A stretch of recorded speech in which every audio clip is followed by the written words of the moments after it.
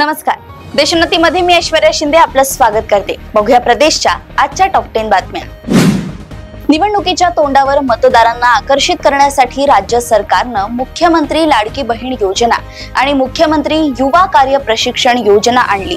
करदात्यांच्या पैशावर राबवली जाणार असल्यानं ही योजना स्थगित करण्याची मागणी करणारी याचिका मुंबई उच्च न्यायालयात दाखल करण्यात आली होती। मात्र आज मुंबई उच्च न्यायालयानं राज्य सरकारला दिलासा देत याचिका फेटाळून लावली आहे। मुख्य न्यायमूर्ती देवेंद्र कुमार उपाध्याय आणि न्यायमूर्ती अमित बोरकर यांच्या खंडपीठासमोर ही याचिकेवर सुनावणी झाली।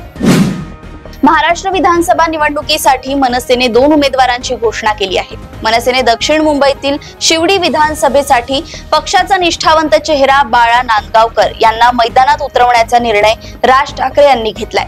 तर दुसरीकडे पंढरपूर विधानसभा मतदारसंघातून दिलीप धोत्रे यांना उमेदवारी जाहीर केली आहे। सध्या शिवडी विधानसभेत शिवसेना ठाकरे गटाचे अजय चौधरी तर पंढरपूर विधानसभा मतदारसंघात भाजपचे समाधान अवताडे विद्यमान आमदार आहेत। आगामी विधानसभा निवडणुकीच्या अनुषंगाने बारामती शहराच्या विकासासोबत ग्रामीण भागातील दुष्काळ कायमचा हद्दपार करण्याचे वचन उपमुख्यमंत्री अजित पवार यांनी बारामतीच्या जनतेला दिले आहे। माझ्या ग्रामीण भागातील शेतकऱ्यांना कायमचे दुष्काळ मुक्त करण्यासाठी कर्हा नीरा नदी जोड प्रकल्प राबवणार आहे असे सांगून त्यांनी जणू विधानसभा निवडणुकीचे रणशिंग फुंकले आहे। बारामतीत राष्ट्रवादी काँग्रेस तर्फे एक कुटुंब एक झाड या उपक्रमाचा प्रारंभ अजित पवार यांच्या हस्ते झाला। त्यावेळी त्यांनी या प्रकल्पाची घोषणा केली।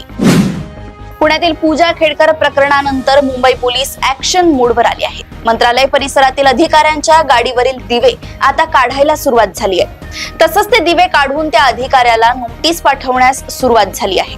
मुंबई पोलिसांची ही महत्त्वाची आणि मोठी कारवाई मानली जात आहे। दिवा लावण्याची परवानगी नसेल तरीही जर गाडीवरती दिवा लावला असेल तर अधिकाऱ्यांवर कारवाई होणार आहे।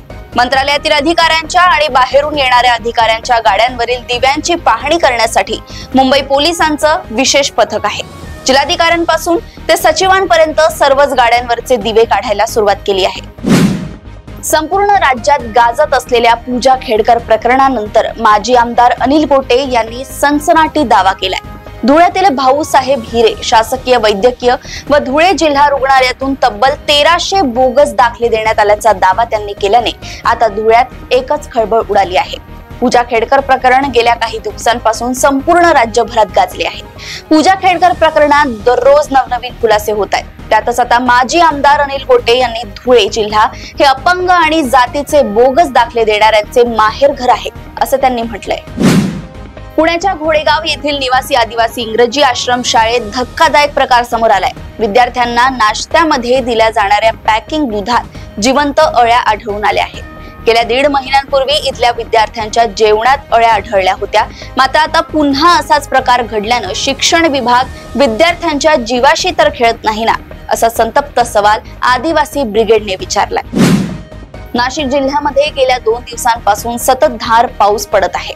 मालेगावच्या गिरणा नदीला आलेल्या पुराच्या पाण्यात गेल्या 20 तासापासून अडकलेले 12 लोक सुखरूप आहेत। सर्वजण एका खडकावर बसून असल्यामुळे पुराचं पाणी त्यांच्यापर्यंत पोहोचलं नाही। त्यांना वाचवण्यासाठी आज हेलिकॉप्टरची मदत घेण्यात आली। त्यामुळे त्यांच्यासह नातेवाईकांनी सुटकेचा निश्वास सोडलाय। नागपुरातील काही झोपडपट्ट्यांमध्ये राहणाऱ्या नागरिकांना ते राहत असलेल्या जागेचे कायमस्वरूपी पट्टे मालकी हक्क संदर्भातले कागदपत्रे दिले जात आहेत। आज देवेंद्र फडणवीस यांच्या दक्षिण पश्चिम नागपूर विधानसभा मतदारसंघातील चुनाभट्टी, अंबिकानगर, प्रियंकावाडी, राजीव नगर, राहुल नगर या झोपडपट्टी परिसरातील काही निवडक नागरिकांना हे मालकी हक्काचे पट्टे दिले जात आहेत। त्या संदर्भात आजपर्यंत 47 झोपडपट्ट्यांमध्ये आपण त्या निर्णयाची अंमलबजावणी केली आहे। सरकारकडे आमच्या 18 प्रमुख मागण्या आहेत। त्या जर पूर्ण झाल्या तर आम्ही निवडणूकच लढणार नाही असे मोठे वक्तव्य प्रहारचे सर्वेसर्वा आणि आमदार बच्चू कडू यांनी केले। सरकारने योग्य वेळी योग्य निर्णय घेतला तर ठीक, अन्यथा आम्ही शेतकरी शेतमजुरांची ताकद महाराष्ट्राला दाखवून देऊ असा इशाराही त्यांनी दिलाय। आम्ही जातीय समीकरणे जोडून एकत्र येणार नाही। राजू शेट्टी, मनोज जरांगे, MIM सोबत आमचे जे मुद्दे आहेत त्यावरच एकत्र बसू, अन्यथा आम्ही बसणार नाही। तर वेळ आली तर एकटे लढू, मात्र मुद्द्यांवर ज्या ज्या पक्षाचं एकमत होईल त्यांच्या सोबत आम्ही लढणार असल्याचेही बच्चू कडू म्हणाले आहेत।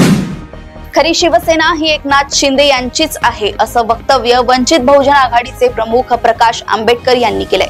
तसेच आंबेडकर म्हणाले आहेत, नुकत्याच झालेल्या लोकसभा निवडणुकीत उद्धव ठाकरे यांचा स्ट्राईक रेट मुस्लिम समाजामुळे वाढला आहे। लोकसभा निवडणुकीपूर्वी उद्धव ठाकरे आणि महाविकास आघाडी नेत्यांच्या बाजूने असणारे प्रकाश आंबेडकर आता महाविकास आघाडी नेत्यांवर टीका करू लागले आहेत। दुसऱ्या बाजूला सत्ताधाऱ्यांचं कौतुक देखील करत आहेत। प्रदेशातील अशाच टॉप 10 बातम्या जाणून घेण्यासाठी बघत रहा देशोन्नती। आणि अजूनही तुम्ही आमच्या चॅनलला लाईक आणि सबस्क्राईब केलं नसेल तर लगेच लाईक आणि सबस्क्राईब करा आणि बघत रहा देशोन्नती। नमस्कार। ठळक घडामोडींसाठी देशोन्नती न्यूज चॅनलला सबस्क्राईब करा आणि बेल आयकॉन प्रेस करा।